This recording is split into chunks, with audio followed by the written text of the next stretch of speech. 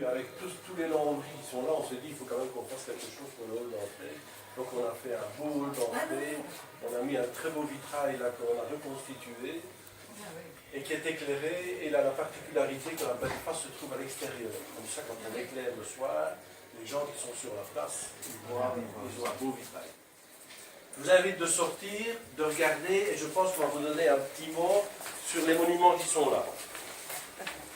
Qui donne ce petit mot? Ah oui, oui, oui. Je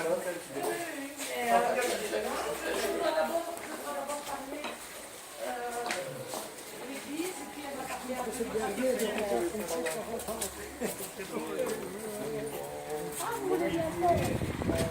bon, alors moi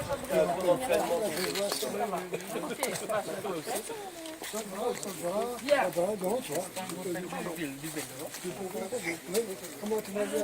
Voilà, je vais vous donner un petit mot d'introduction. Puis Evelyne, ma collègue, va vous parler un peu, parce qu'on est vraiment dans le milieu intéressant pour parler de cela, de l'évolution des pratiques funéraires. Et puis M. Lacroix me dit que pour faire un exercice, il va nous faire la visite lui-même pour signaler les éléments du mobilier intéressant. Je le remercie déjà. Donc l'église Saint-Géry, devant laquelle nous nous trouvons, a succédé en 1779 à une autre église qui elle-même avait été précédée par une ou plusieurs autres églises. C'est que la paroisse de Vieux-Genappe existe depuis plus de 10 siècles. Au début, elle portait le nom de paroisse de Genappe et relevait, comme pas mal de nos anciennes paroisses, de l'évêché de Liège.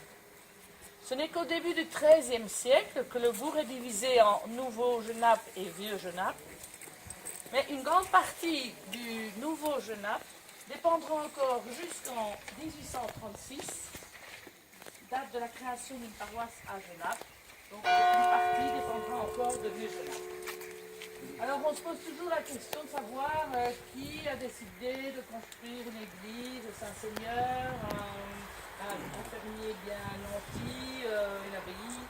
Eh bien ici voilà ce que les archives et ceux qui ont travaillé ces archives avant nous, et il me plaît ici de citer Jean Mégis, que les anciens du Chirel connaissent, qui est un fermier de Promel, qui, à une époque où la télévision n'était pas encore dans toutes les maisons, passait toutes ses soirées d'hiver à classer les archives de la paroisse dont il a été président de fabrique, ou pas? Il a été président. Oui. Voilà. Et donc, dans les années 60, il a beaucoup étudié toutes les archives, et elles sont vraiment nombreuses. Et grâce à lui, on en connaît pas mal sur la paroisse de Vieux-Genappe. En 1096, la comtesse Hyde, mère de Godefroy-de-Bouillon, vendit ses alleux, donc ses domaines, de l'ancien Genappe au chapitre de Nivelles, réservant l'église et ses revenus à l'abbaye d'Affligem. Elle a rapidement remporté ses positions dans la localité. Son ressort, très étendu pour une paroisse, une église médiane, donc il y a les églises entières et les églises médianes, ici c'est une église médiane, semble avoir compris jadis, en plus d'une partie de la nouvelle cité, comme je vous l'ai dit, fondée au début du XIIIe, les villages de Marensac, l'Abbé et Lillois. Vieux-Genappe a relevé, malgré sa dédicace à un évêque de Cambrai, Saint-Géry, du diocèse de Liège, jusqu'à la création de l'évêché de Namur en 1559. Après le Concordat, la paroisse releva de l'évêché de Malines et puis archevêché de Malines-Boston. Cette église de style classique est bâtie sur l'emplacement de l'ancienne, mais qui était plus petite. Les archives nous disent que dès le début du XVIIe, le curé, les responsables temporels, les habitants, s'adressaient à l'abbaye d'Affligem parce que leur église était délabrée. Mais comme vous le savez, les abbayes, elles sont bien heureuses de recevoir le dîme, mais quand il s'agit de distribuer, enfin d'entretenir ou de rénover l'église, là c'est plus difficile, et c'est d'ailleurs pour cela que nous avons de nombreuses archives. Et donc il a fallu attendre que l'abbaye se décide, et c'est en 1769 que les travaux ont commencé. Ils se sont terminés après 10 ans, en 1779. Comme je l'ai déjà dit et comme M. Lacroix l'a dit, le site est remarquable parce qu'on a privilégié des éléments funéraires importants. Il y a non seulement ceux-ci, mais là dans la prairie, il y a encore des éléments funéraires. Et puis l'église est en grande partie pavée par des pierres tombales de l'ancienne église. L'édifice mesure 42 mètres de long, 16 mètres de large et 15 mètres de profondeur pour le chœur. Alors, la façade ici, alors que le reste est en briques, la façade est une façade pignon je reviens plus sur le thème maintenant. C'est de la pierre... C'est de la Gobertange? Oui, c'est de la Gobertange. C'est de la Gobertange? Oui. Il y avait énormément de carrières souterraines. Ah d'accord, voilà. On appelle ça de mélange Gobertange, c'est mélange. Et donc on a une église avec 3 nefs et 5 travées, hein, donc 5 divisions dans la nef, terminée par un chœur avec un chevet à 3 pans, aveugle évidemment, puisqu'il y a un maître-autel qui est dans le fond de ce chœur. Ah voilà, je retrouve mon texte, on parlait de grès clair, petit à petit. Oui, c'est bien le cas. Alors le soubassement il est différent, il est calcaire limité par une assise de grès, calcaire aussi pour les angles, hein, et aussi pour les encadrements de fenêtres que vous pourrez voir sur le site. Alors la façade percée ici dans l'entrée, elle est caractérisée comme étant assez sèche. Et elle ne daterait que du 19e siècle, ça c'est encore à vérifier. On peut remarquer l'horloge, qui est quelque chose qui a été nouvellement placé. On peut voir, mais là il faut qu'on s'écarte un peu.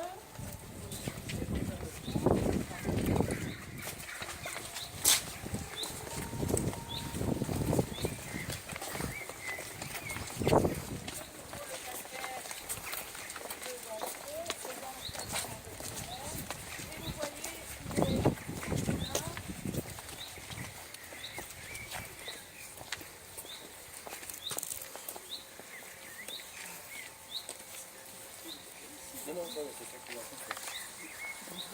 Alors qu'il y a 2 ans. Les coulages ont été d'ailleurs en partie remplis.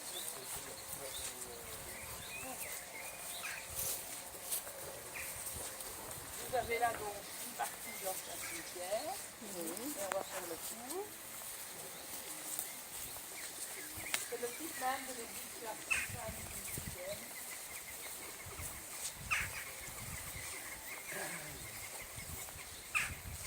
Petite promenade de l'église. Vous voyez que le chœur est très grand. Oui.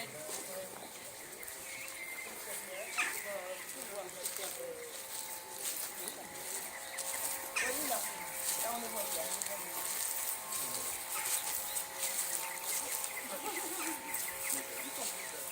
Là on voit pas deux pierres, effectivement, ça peut être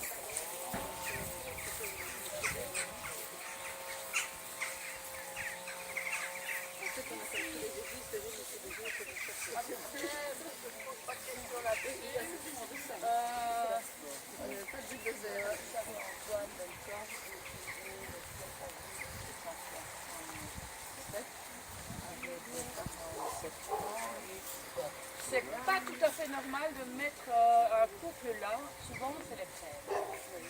C'est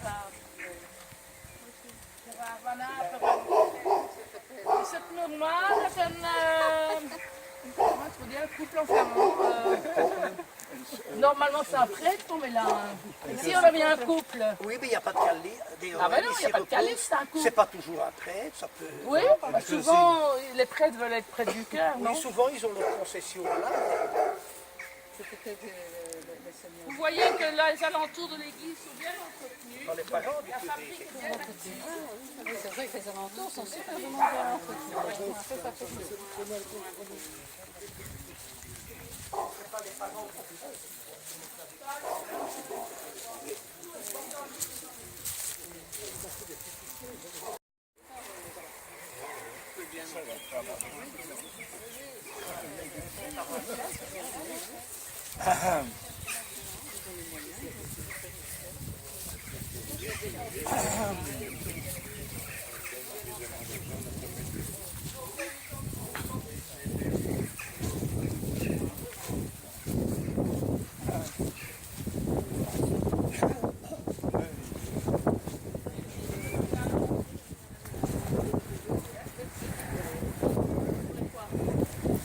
Bah après, regardons les... On va se mettre à l'ombre, hein, pour parler des pratiques funéraires. son vélo qui mis en hauteur.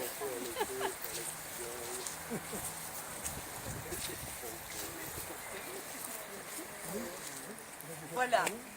Nous sommes hérités de la tradition juive qui ne pratiquait que l'inhumation et invoquait le texte de la Genèse.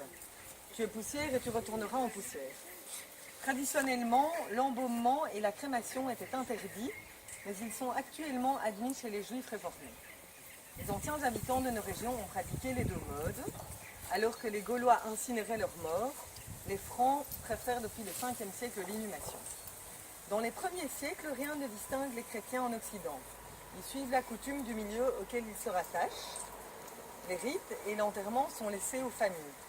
Il n'y a pas de lieu séparé pour les chrétiens. Les autorités ecclésiastiques rappellent l'obligation générale issue de la tradition juive et romaine d'enterrer les défunts. La communauté ecclésiale prend cette tâche en charge si la famille ne le fait pas. Donc des cimetières sont progressivement créés. Les chrétiens désirent de plus en plus être enterrés ad sanctos, c'est-à-dire près des tombeaux des martyrs, voire dans l'église. À part les ecclésiastiques, les nobles et les nantis, qui sont souvent enterrés dans l'église même, les défunts sont mis en terre sans monument particulier. Le cas de Vieux-Genappe, ici, est un bon exemple. Vous le verrez en rentrant dans l'église. Jusqu'au XVIIIe siècle, le cimetière sera un espace sacré, entourant l'église et relativement ouvert. Les morts ne sont pas séparés des vivants. La pauvreté de la majeure partie de la population ne favorise pas non plus l'édification de tombeaux particuliers. À partir du XIVe siècle, pendant les épidémies, on commence à enterrer les morts en dehors de la ville. Dans les pays catholiques, la suppression des enterrements dans les églises et l'éloignement des cimetières de la ville se réalisera au XVIIIe siècle, après le décret de Joseph II en 1784. Alors dans le Brabant wallon, Braine-l'Alleud, La Hulpe, Jodogne et Wavre pourront garder leur ancien cimetière. La ville de Nivelles sera la seule localité à créer un nouveau cimetière dès 1994. 1700. 1700. Oui, c'est ce qui est noté. J'ai dit 1800 ? Non, 1900. Et c'est même, 1794. excusez-moi, le curé de Bornival, alors doyen de Nivelles, qui a béni le cimetière. Oui, mais c'est 1700. Là. 1794. Oui, c'est ce que j'avais dit. Oui. C'est pas grave, c'est bien. Marie-Astrid qui écoute bien. Mais elle a peut-être bu un petit verre, mais tu ne le vois pas. C'est près d'être là. Donc voilà. Donc les nouveaux cimetières sont la propriété des paroisses, dont les administrateurs assurent toutes les charges. Plusieurs paroisses pourront se concerter pour n'en créer qu'un seul. Décret après décret, des nouvelles précisions sont données sur la hauteur du mur d'enceinte, la profondeur des tombes, l'espacement entre celles-ci. Et ensuite surgit l'arrivée des enterrements civils vers 1856, qui poseront de nouvelles questions durant une quarantaine d'années. Désormais, le prêtre ne bénira plus l'ensemble du cimetière, mais les tombes individuelles.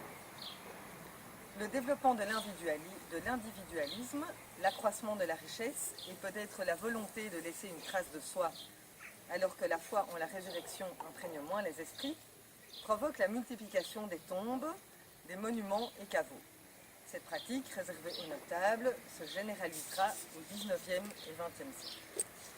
Vers 1891, une revendication remet en question la pratique traditionnelle de l'inhumation. Invoquée pour des motifs hygiéniques, dès 1883, l'incinération prend souvent une signification symbolique. C'est en 1932 que la loi en faveur de l'incinération est acceptée. Cette tradition se répandra petit à petit et l'Église catholique l'acceptera en 1983.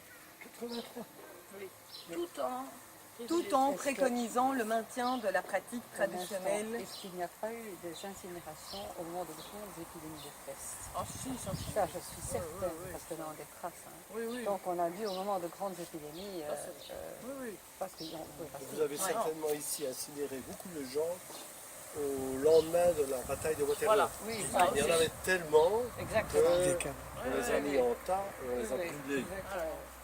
C'était une question de salut Ah oui, oui, public. oui, oui, oui. Tout à fait. Mais donc c'était réprouvé par l'Église. Ah oui, oui. Mais l'Église n'avait plus grand-chose à dire au moment de Napoléon.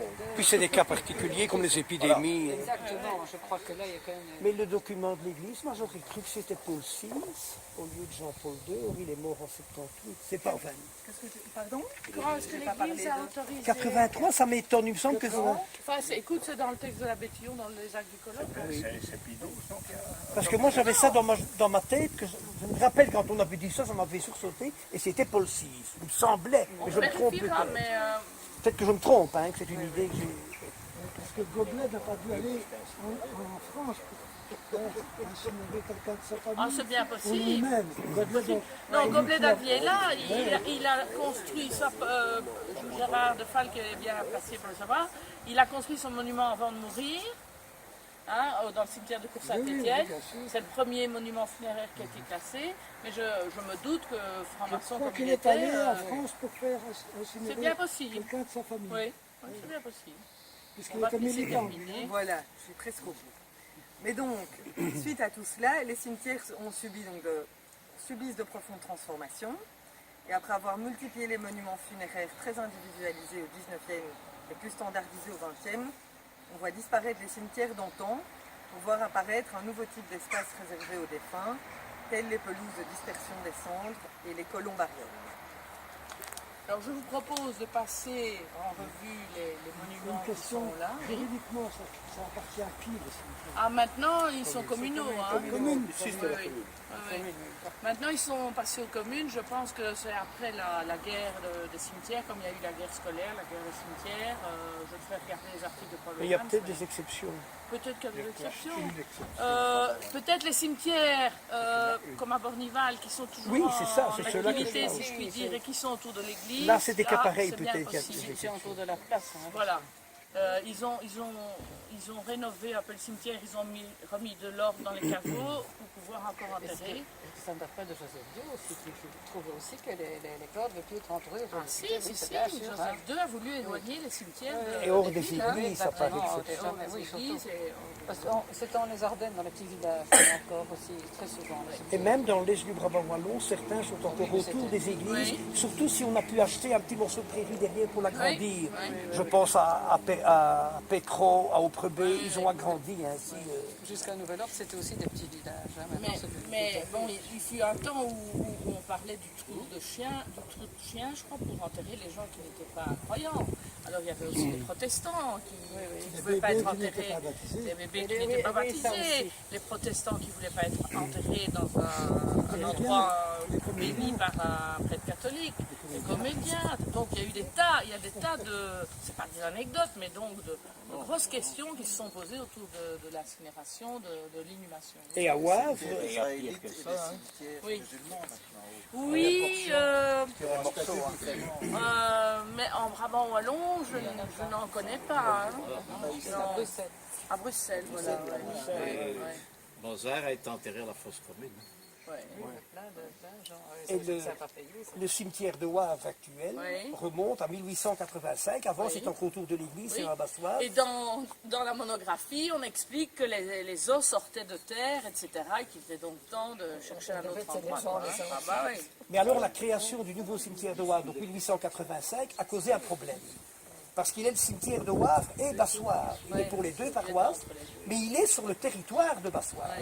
Alors on dit, il va y avoir la cérémonie solennelle de bénédiction du nouveau cimetière. Qui doit le bénir? Le doyen de Wavre, puisque c'est le cimetière pour Wavre, ou le curé de Bassoir, parce qu'il est sur sa paroisse. C'était un problème qu'on ne savait pas résoudre. Le doyen de Wavre était mort, et il était vieux, et il est tombé mort peu de temps avant.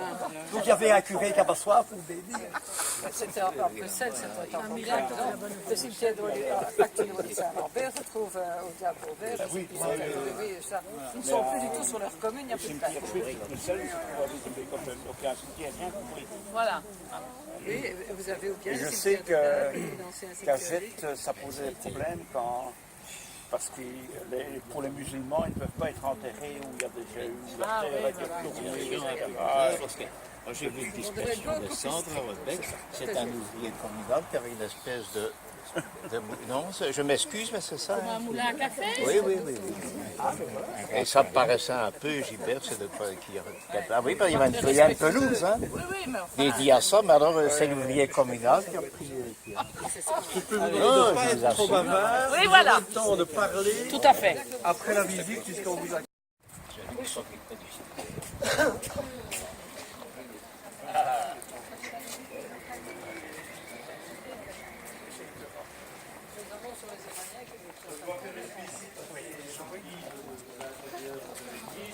Déjà pour vous montrer un peu en 1903 à quoi ressemblait la chaussée Nivelle. Etienne Zozo, pour ceux qui connaissent, le presbytère actuel et l'église. Vous remarquez 1903. Vous avez une belle place qui est bien dégagée ici. Il y a en 1960, il y avait des maisons.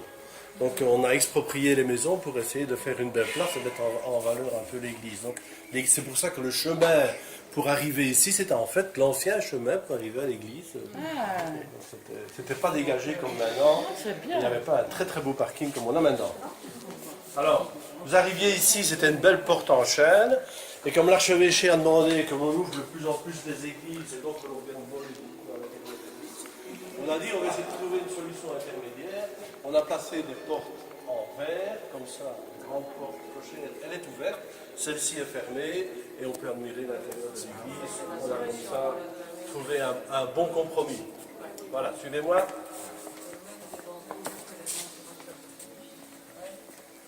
Beaucoup de boiseries dans l'église. De part et d'autre, vous avez le banc des maquillés. Il y en avait un qui était le président de la famille d'église. Il ne va plus jamais s'asseoir là. Et l'autre, c'était doué, ou notable. Et donc, ça faisait une recette pour l'église. Et il y a beaucoup de personnes qui viennent s'asseoir là-bas. Vous avez la petite chapelle de Semelle qui se trouve là. Et à côté, vous avez deux plaques avec deux curés qui sont décédés il n'y a pas tellement longtemps. Le père André Stickelen et le père François Stillart, qui est un Écossais. C'est pour ça que vous avez un drapeau anglais qui est là. C'est son copain qui était le commandant du port de Douvres qui a dit « Écoute François, tu dois prendre le drapeau et je veux qu'il reste dans un lieu saint. » Donc normalement, il est dans la petite chapelle. Et donc c'est pour ça qu'on l'a construit aujourd'hui. Vous avez les fonds baptismaux qui sont là, qui sont toujours utilisés. Et le pied en pierre, c'est un ancien élément d'un monument funéraire. Si vous avez la curiosité, vous regardez autour, vous verrez que la capitale est aussi.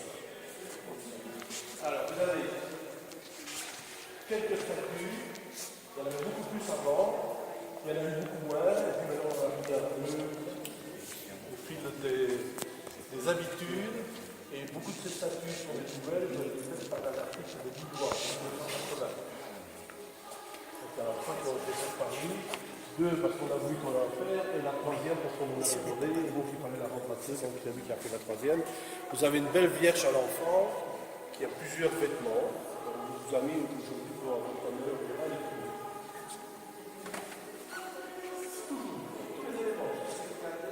Il y a un vase sur lequel vous pouvez déposer des poissons. Alors vous avez Saint-Géry et Saint-Pélois. Sont plus anciennes que l'église, puisqu'elles viennent de l'ancienne église. Donc c'est maintenant. Entières, donc de la même manière que les agriculteurs de la région, les verres. Alors, vous avez la chair de vérité, dont l'escalier et la partie intérieure de la chair ont été récupérés par les l'ancienne église. Alors, on va avancer un tout petit peu. Je vais vite. Alors, vous avez un chemin de croix qui est monumental, puisque ce sont chaque fois des peintures de 2 mètres sur 3. C'est fait pour les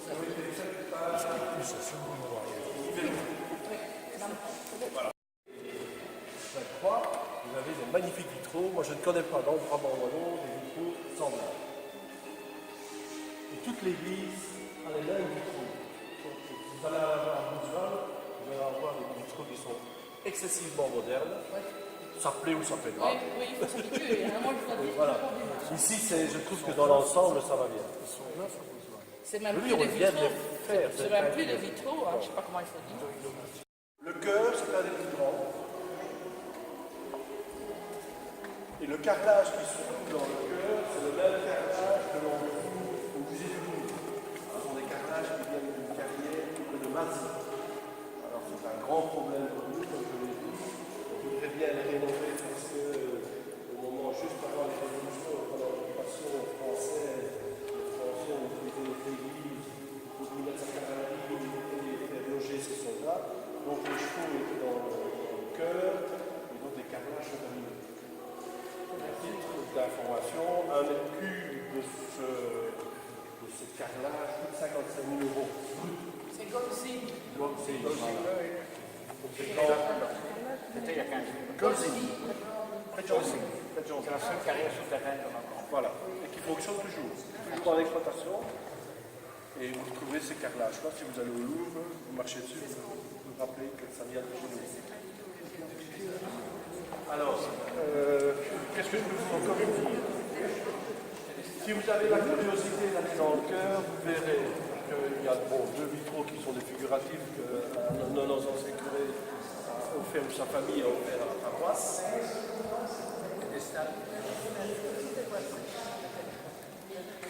Quelques années après la construction de l'église, donc vers 1780, 1790.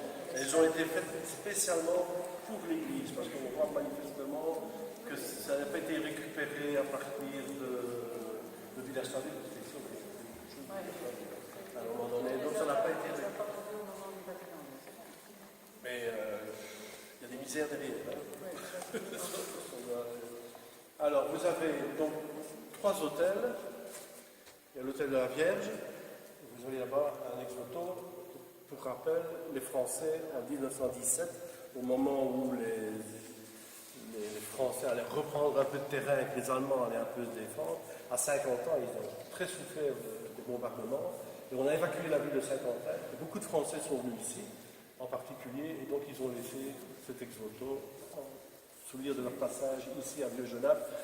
Il faut savoir que pour le hameau de Vieux-Genappe, ils avaient, je pense y avoir lu il n'y a pas tellement longtemps, 400 réfugiés qui avaient été accueillis. Donc c'était beaucoup de gens qu'on avait accueillis. On les a accueillis pendant quelques mois, et puis après ils sont retournés en Saint-Quentin, ils étaient bien heureux de pouvoir retourner à Saint-Quentin. Vous avez 2 beaux candélabres qui sont arrivés ici, on ne sait pas comment, puis on sait comment, mais en fait c'est un cousin d'un curé qui était responsable à la basilique à Kuckelberg, qui était destiné à Kuckelberg, et peut-être que ça ne plaisait pas à ce moment-là à un grand chef.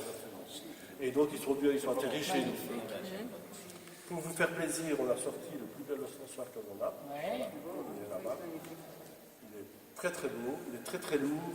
Notre curé ne l'emploie presque jamais parce que pour le prendre, il faut avoir des biceps. Au-dessus de l'autel, qui est quand même l'autel qui venait de l'ancienne église. Mais on y a ajouté un chapeau. Et le chapeau, c'est, moi je vais vous dire qui c'est. C'est le père Abbé. Voilà. Et Abbé de Rivière. Donc c'est comme ça que la surprise, ça. Ah ben voilà. Donc voilà, il a laissé. Et l'hôtel de l'église de Fram du Gosli a le même, enfin un fronton avec le même blason. Ah ben voilà. Vous voyez qu'il a laissé partout. Ah oui, il était. Oui, c'était le boucher. Alors à droite, vous avez le 3e hôtel, c'est l'hôtel Saint-Nicolas. Et donc on va vous poser une question, réfléchissez bien. Ce n'est pas évident que ce soit le Saint. Enfin, c'est l'hôtel de Saint-Nicolas, donc je vais vous donner une bonne idée. Mais ça préfigure aussi, il y a des peintures, etc., qui représentent Saint-Nicolas comme ça, lorsqu'il allait calmer les eaux pour les pêcheurs, etc. C'est inspiré de cela. Que que c'est Saint-Nicolas qui implore la protection du ciel sur la ville de Paris. C'est ça qui regarde vers le ciel. Par contre, pour Saint-Adèle, je ne sais pas si vous appelez pas, on va parler de l'anneau. L'anneau qui est là, en fait, il n'a rien à voir avec Saint-Adèle.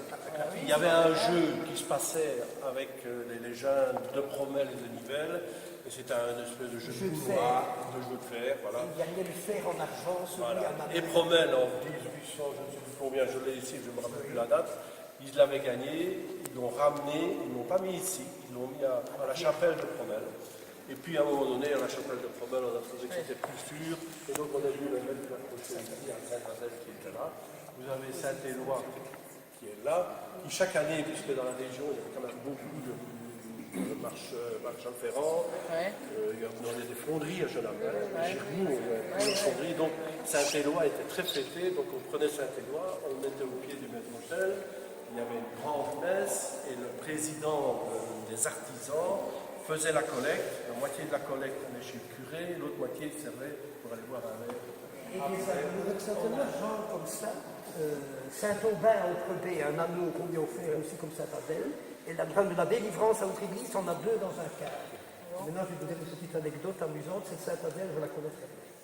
Parce que j'ai fait, enfin, je connais bien Saint-Adèle, parce que j'ai fait mon mémoire sur Saint-Adèle, d'Orplegrand en 80-82. 4-5 ans après, j'ai organisé une exposition sur Saint-Adèle au musée d'Orplegrand pendant un mois. J'ai essayé d'avoir plusieurs Saint-Adèle à prêter. J'ai demandé à Jean Mévis pour avoir celle-ci. Et qu'il me dit, on en a parlé au conseil de fabrique, mais il y a un des membres qui n'était pas prêt à la laisser partir. Je ne sais pas lequel à l'époque. Et il a dit, je veux bien qu'elle parte, mais à une condition, qu'elle ne reste pas au musée d'Orplegrand la nuit, qu'elle passe toutes les nuits dans une maison habitée. Donc elle est partie pendant 3 semaines à moi. Elle a été logée dans 3 maisons. Quand on fermait l'exposition, on la prenait. Elle est venue chez moi loger plusieurs fois, c'est ça qu'elle la connaît très bien, avec son anneau d'argent. Indépendamment de l'histoire de Saint-Adèle. Encore un petit détail. Qu'est-ce qu'elle a fait? Elle a fondé le monastère Dans d'Orplegrand. l'hôtel qui se trouve là de la Vierge, vous avez la Vierge de Fatima. Alors, je vous raconte ça parce que nous avons ici une petite communauté portugaise qu'on aime bien. ok. Et pour vous faire plaisir, ils vous attendent un délicieux gâteau portugais. Ça va donc. Voilà. J'aurais bien aimé que vous nous montriez, si on peut aller voir les dégâts que les chevaux ont fait, et alors les marques sur Les chevaux sont venus ici avec les dégâts. Et ça servait à marquer les chevaux pour les armer. Ça n'a rien à voir avec...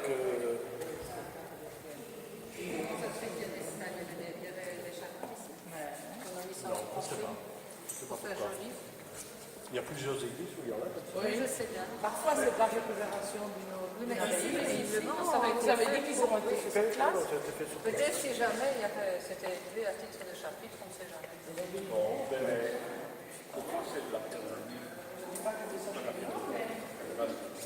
Moi, on m'a toujours dit que c'était de la pierre de Valais parce que quand je fais ça... J'en ai vu en décomposition avec Saint-Loup et gestion de formation. Mais comme c'est autre chose, on peut pouvoir la collecter, éliminer.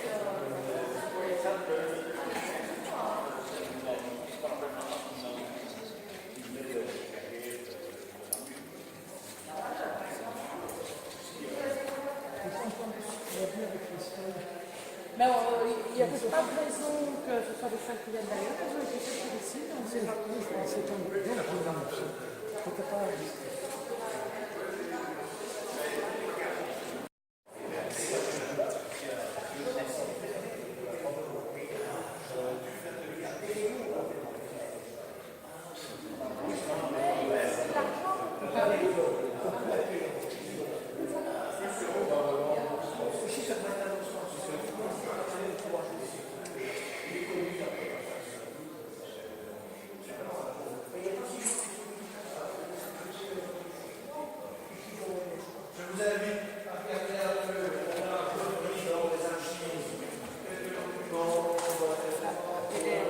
le carrelage abîmé, c'est les chevaux. Ah oui, c'est ça, d'accord. Ça va.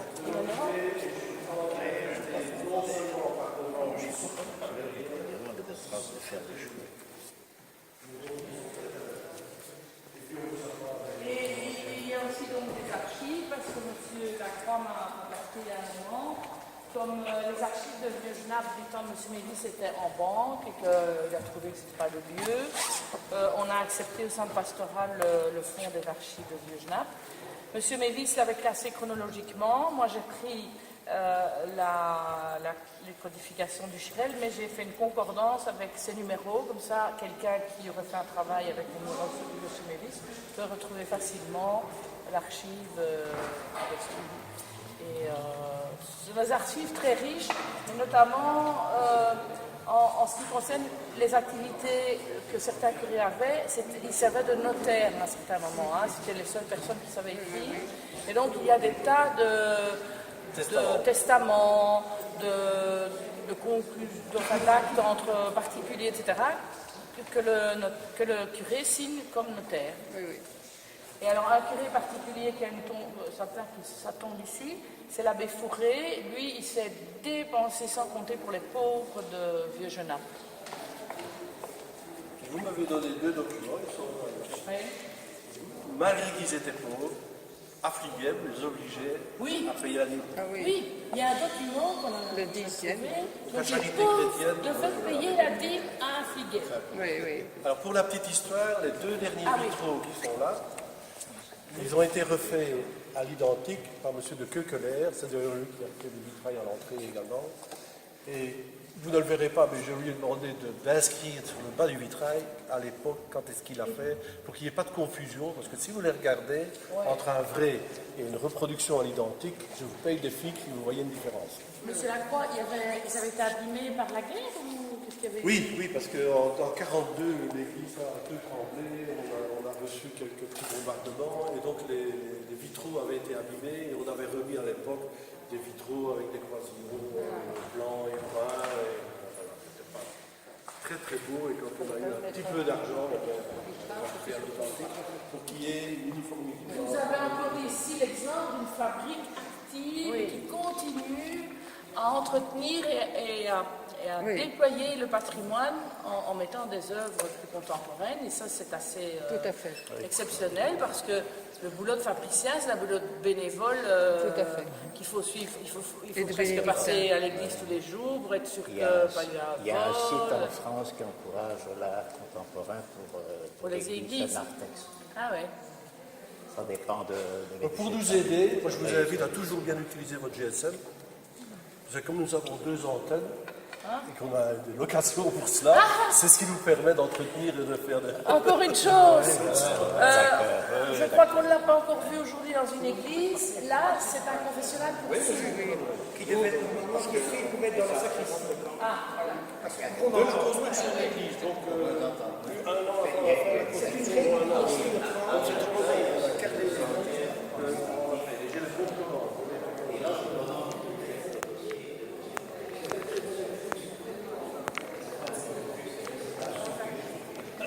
Ça ne durera pas. On a trouvé, pardon, des candélabres. Oui. En 1905, je crois, on a posé la première pierre de la basilique de Kuckelberg. Léopold II et le cardinal Gossens. Et on voulait une grande basilique néogothique avec des tours et tout du néogothique. Puis il y a eu des interruptions avec la guerre et puis on a fait ce que l'on connaît actuellement. Et ici, ils ont fort ouvragé. À mon avis, ils étaient prévus pour le décor néogothique. Et il ne correspondait plus avec le chœur actuel qui est plus néo... Je crois que ça doit être ça la cause. Je suis occupé à rechercher parce que j'ai le nom. Hein, voilà. Alors on se dit, ils Les seront... 2 candélabres, voilà, destinés d'abord à la basilique de Kuckelberg, qui ont été refaits par le chanoine Barrette, Ah mais oui, mais à c'est son c'est cousin, le curé. le curé Fernand Soile. Tout C'est juste. comme ça en 1935. Donc c'est comme ça qu'ils sont arrivés Eh bien, ici. on a reconstruit la basilique, on a continué la basilique dans un style plus Changé, moderne, voilà. plus néogothique et ça n'allait pas. Et Théophile Barrette, curé de la basilique, ancien vicaire de Waal, est le cousin de Fernand Soile. Moi j'ai connu Et sa c'est sœur, comme ça que c'est arrivé à Bassoir, ici. Madame Barbet, Gabriel Soile, et oui, c'est pas étonnant. Tout ça. Allez, je vous invite à aller goûter les spécialités portugaises.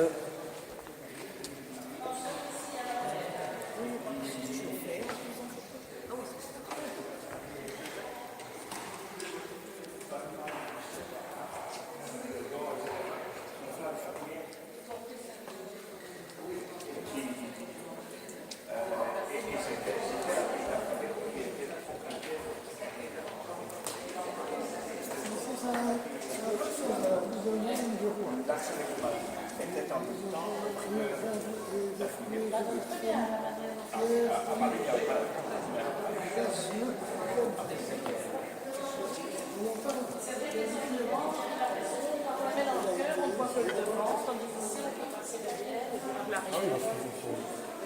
Richement.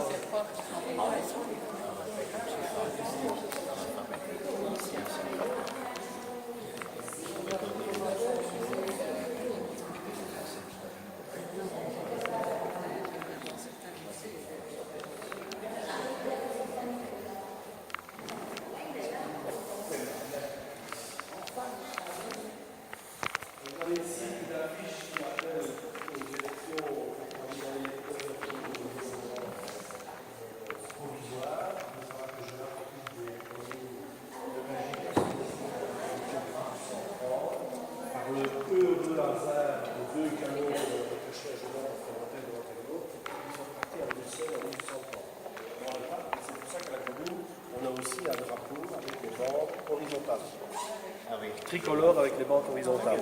On l'a reçu, donc c'était une des villes Qui a reçu un drapeau original. Oui, c'est ça. C'est un statut de vide, hein. Oui, oui. C'est à un certain moment ils ont demandé à Waterloo. Ce document-là, je l'avais vu, je me demandais où il était, donc c'est vous qui le conservez. Voilà. C'est le guide du Bah président. oui, bah oui. Et en fait, j'en ai vu le curé précédent. On avait commencé à faire un inventaire. Bon, je vais fermer. Il y a un inventaire de tous les événements qui sont passés dans la commune, dans la paroisse, etc. Il y a vraiment moyen de faire un article. Puis Jean Mévitz a commencé à écrire un peu la vie dans la paroisse. Oui. Annon, son successeur, a continué. Monsieur Osbeek, je lui ai demandé de continuer. Et maintenant, moi, je continue et c'est mon épouse qui J'aime bien, magnifique. Et on raconte un peu pour chaque année Oui, les il événements. faut, parce que maintenant, mémoire. parce que je vais dire maintenant avec l'informatique, il y a des tas d'éléments qu'on ne saura plus, hein. Alors ça, c'était un acte notarié avec le sceau de la Le ville de sceau, Genève. oui, oui, on voit le château. On voit le château. Ah, ça, c'est cool. Ce sont toutes des reliques. Ouais, ce sont J'ai des reliques retrouvé ça simples, dans entières, la sacristie. Ça, Magnifique. c'est un amendement, on demandait à Oui. Genappe de célébrer une messe très vite après la bataille de Waterloo pour la victoire. Donc on avait choisi son camp. Ils avaient choisi leur camp. Ils avaient choisi le dernier moment. Pour la victoire de Waterloo. Les Hollandais, donc on avait intérêt. Moi, il y a des Français à qui je dis, mais vous savez qu'à Waterloo, il a perdu, là, hein, parce que franchement, ils ne comprennent pas. Il n'a pas Et ça, perdu. c'est la désignation de notre ancienne.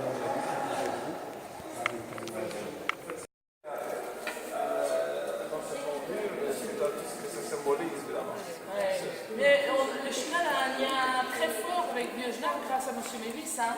M. Mévis a été un des premiers membres actifs qui, déjà avant que le Chenal n'existe, faisait des portes ouvertes dans les églises du Grand Genappe avec le syndicat d'initiative de France. Puis alors, quand il a passé ses soirées à travailler les archives, ses livres... Voilà. Moi, ça me fait un plaisir aussi d'être là, en tout cas, sachant que c'est tout le staff du Chirel. Non, c'est des participants à une balade. Normalement, on aurait pu être plus nombreux, mais on prend le week-end église ouverte, mais cette fois-ci, ça tombe avec la Pentecôte. Et donc, beaucoup de gens, comme il est beau, sont partis pour travailler dans le balade, et il y a beaucoup de choses. Et donc, voilà. Mais c'est bien de passer par ici avant d'aller. L'autre église à Genève, je la connais. C'est la première fois que je l'ai.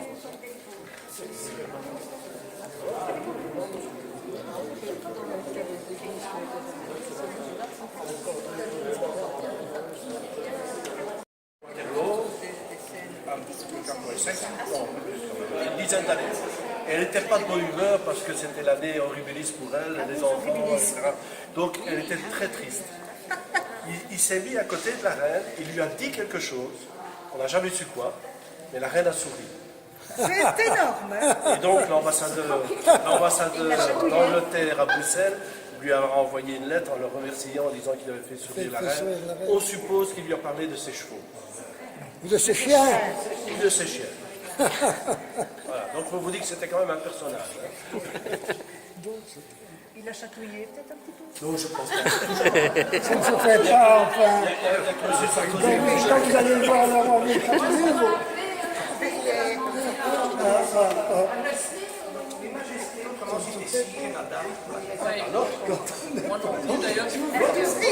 Oui, mais là, c'était la reine d'Angleterre. Mon Dieu, la reine d'Angleterre avec ses beaux, allez, comment est-ce qu'on appelle ça, non, jupes et tailleurs jaune, rose, bleu. Oh. Mais quand est-ce qu'elle va laisser la place à son fils? Mais à mon avis, ça va être un peu jamais.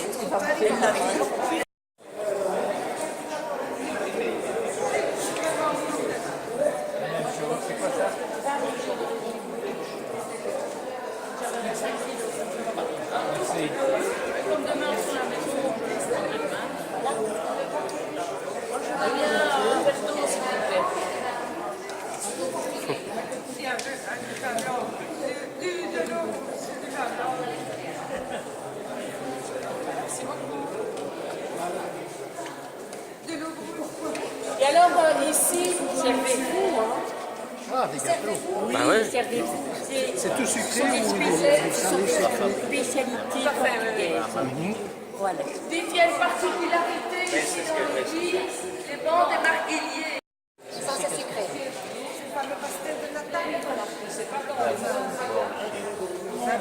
délicieux. C'est bon ça, très bon.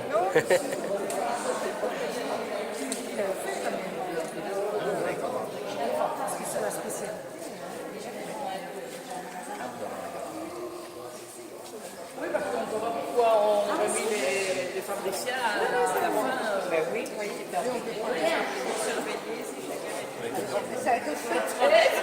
Peut-être, c'est ça, mais Bon, tout ça est fait maison par madame. Quand je vous ai dit qu'on avait une petite communauté portugaise à Guy, on a la preuve. Allez, Roger, on souper. C'est très bon, j'ai goûté celle-là. Une croquette avec, je crois qu'il y a un peu de poisson dedans. c'est des agréments. Non, non, c'est du salé. Le sel, Non, c'est- sucré, c'est ceci.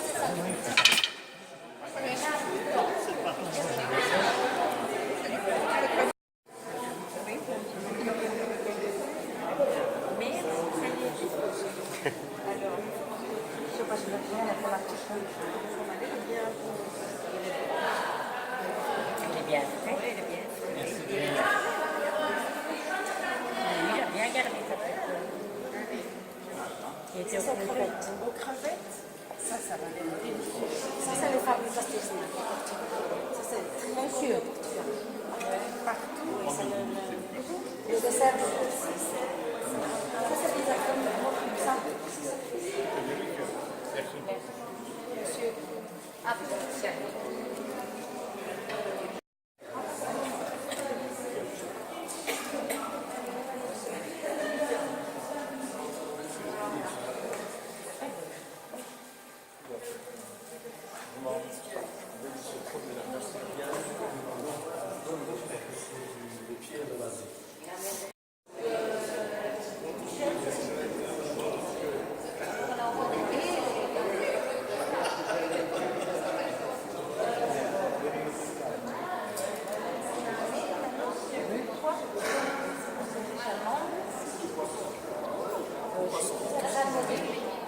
Une information, hein, il n'y avait rien de tout ça. Mais ah oui, oui. Pour les subsides, c'est certainement ça.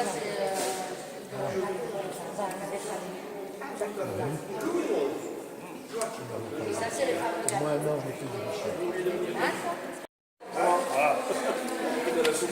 J'ai oublié de vous dire quelque chose d'important. Important parce qu'on a reçu ici la visite d'un illustre personnage. Voilà. Donc, le futur Louis XI, Joachim, qui s'était disputé avec son père, il est venu au château du Gautier et donc on a baptisé l'enfant ici dans l'ancienne église. Et son parrain, c'était quand même un illustre personnage parce que c'était Philippe le Bon. Donc on a eu ici à Genappe Un dauphin de France. le dauphin de France, son parrain qui était quand même un duc de Bourgogne. Donc, à mon avis, ça devait faire la kermesse ici. C'était pas piqué des verres hein, quand ils sont venus. Malheureusement, il va mourir à 1 an à peu près, et il est enterré dans la basilique de Halle. Il y a son gisant dans un pilier. Le Joachim, dauphin de France, fils de Louis XI. Et Louis XI a offert à la basilique de Halle un magnifique ostensoir qui est dans le trésor, ainsi qu'un deuxième, c'est assez amusant aussi, qui a été donné par Henri VIII, roi d'Angleterre, avant de créer l'anglicanisme. Il a offert à Notre-Dame de Halle un ostensoir gothique de toute beauté, qui est parti pour le congrès eucharistique de Dublin au début 1900. Comme ça, on portait là le Saint-Sacrement dans un ostensoir donné par un roi qui n'était pas encore anglican. Eh bien, en parlant de Halle, ceux qui sont abonnés à la revue, dans le prochain numéro, j'ai été interviewer Monseigneur Poussiot, originaire de Halle, qui est devenu évêque de Liège en 1996, alors qu'il était excellent professeur, mais on ne refuse pas. Hein, quand on me demande d'être évêque, je crois qu'il y avait un conflit entre Liégeois. Les Liégeois n'étaient pas contents que ce n'était pas un Liégeois, évidemment, bref. Eh bien, c'est un passionné de Halle. Il a déjà écrit des articles en flamand et il va en donner au Chirel sur la basilique et sur la confrérie des bâtisseurs, parce que pour construire cette église, alors qu'elle était toute petite, il a fallu rassembler de l'argent, il y a eu des confréries. Il va expliquer ça dans l'article quand je l'interview et on va avoir... Dans mon cours, j'avais une étudiante, pourtant elle était gynécologue. Elle avait fait une analyse de la Vierge de Halle, qui est une Vierge allaitante pour une Vierge du 11e ou 12e siècle, je crois. Extraordinairement rare.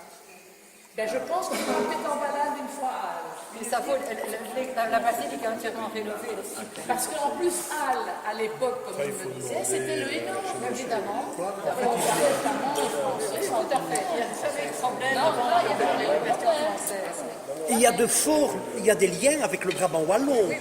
Je pense à un simple cas, le miracle du 500 de Boisseigneur. Le doyen de Halle a dû enquêter pour le miracle. Alors, il y a eu un miracle, d'après lui, près de Mélin, à la ferme de la couvrerie. La converterie, oui, à Sarmélin. Il y a eu un miracle. Lié à Notre-Dame de Halle. Oui. Et ça, dans l'interview, je le dis. Une personne encore, c'est très honoré comme pèlerin. Oui, moi je trouve monsieur Glibert, bourgmestre libéral de Nivelles dans les années 70, etc., allait à Halle à pied tous les ans. Oui. Mais on disait à Liège, on trouvait que ça n'allait pas un évêque de Liège qui ne connaisse pas le wallon liégeois. Les Liégeois ont dit ça, il ne nous en faut plus. Alors, Monseigneur Justin, qui était né à Saint-Vite, lui a succédé, et le jour de sa consécration épiscopale, il a dit quelques mots en wallon liégeois. Le 21 mai, j'ai été à la translation du corps d'une nouvelle bienheureuse, enfin bienheureuse du Marie-Thérèse, fondatrice des Filles de la Croix. Et Monseigneur, oui, il y en avait d'autres, il y en avait 7, je crois. Monseigneur Delville a parlé en français, en flamand, en allemand, en anglais et en wallon liégeois. Et il a dit pour les gens qui... Ça, c'est le wallon liégeois. Il ne faut pas oublier que notre bienheureuse était poétesse et faisait de la littérature en wallon liégeois. Et alors, un autre petit point dans ce sujet-là. En 85, quand Jean-Paul II est venu en Belgique, sur la place Saint-Lambert, il a dit quelques mots en wallon liégeois. Il a conquis les Liégeois grâce à ça. On a dit, il n'a pas tout à fait le bon accent, mais pour un Polonais, on lui pardonne. Le Chirel pourrait peut-être nous aider. Oui. Parce que ici, on organise tous les 2 ans une messe en wallon. Oui, et vous n'avez plus... Et trouver un prêtre. Je me demande qui le fait à Saint-Loup maintenant que l'abbé Malherbe est mort. Oui, mais c'est dans le droit, donc il faut essayer de... Ah oui. Je ne sais pas s'il vit toujours. Malherbe, il est mort. Oui, mais il y a un prêtre dans les environs de Rebec. Ah, dans les environs de Rebec, il y a Je sais pas peut-être si... quelqu'un. Je ne sais pas, oui, l'abbé. Mais je vais regarder dans l'annuaire. Monsieur l'abbé de Neuf, je ne sais pas s'il vit toujours. Ah non, ben non. Monsieur l'abbé de Neuf, il vit toujours. Comment? Monsieur l'abbé de Neuf, il nous aurait fait une messe en wallon. Hein? Ah oui. Je ne sais pas si j'entends plus parler de lui. Monsieur l'abbé de Neuf, qui était... Ah oui, l'abbé de Nef. Ah, lui, il aurait fait une messe en wallon. L'abbé de Nef, l'ancien curé de Litre. avec invité à Chapeton, soldat. Ben, il y en a plusieurs. Et alors,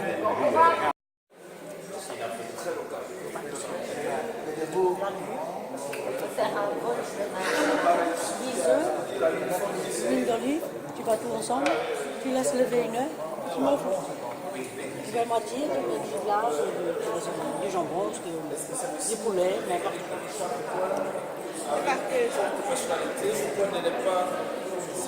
Il faut de la farine de maïs. Hein. Mais j'en ai à vendre en magasin.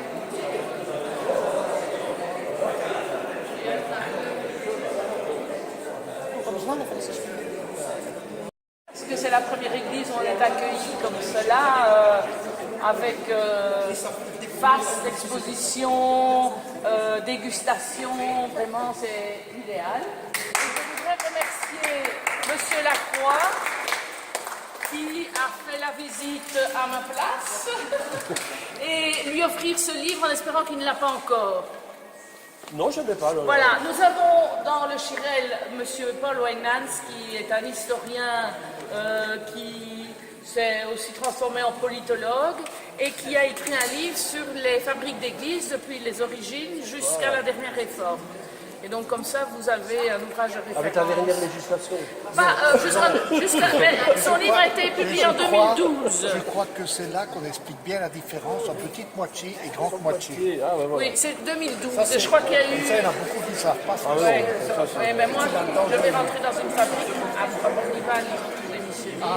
J'habite Bornival et donc j'ai été sollicitée. Benoît Hux, qui nous accueille. Oui, c'est lui qui fait la visite avec Paul. Un grand merci. Vous saluerez Benoît Hux de ma part, vous lui direz que vous avez été bien accueilli ici à Vieux-Genin, et comme ça va le faire mousser un petit peu.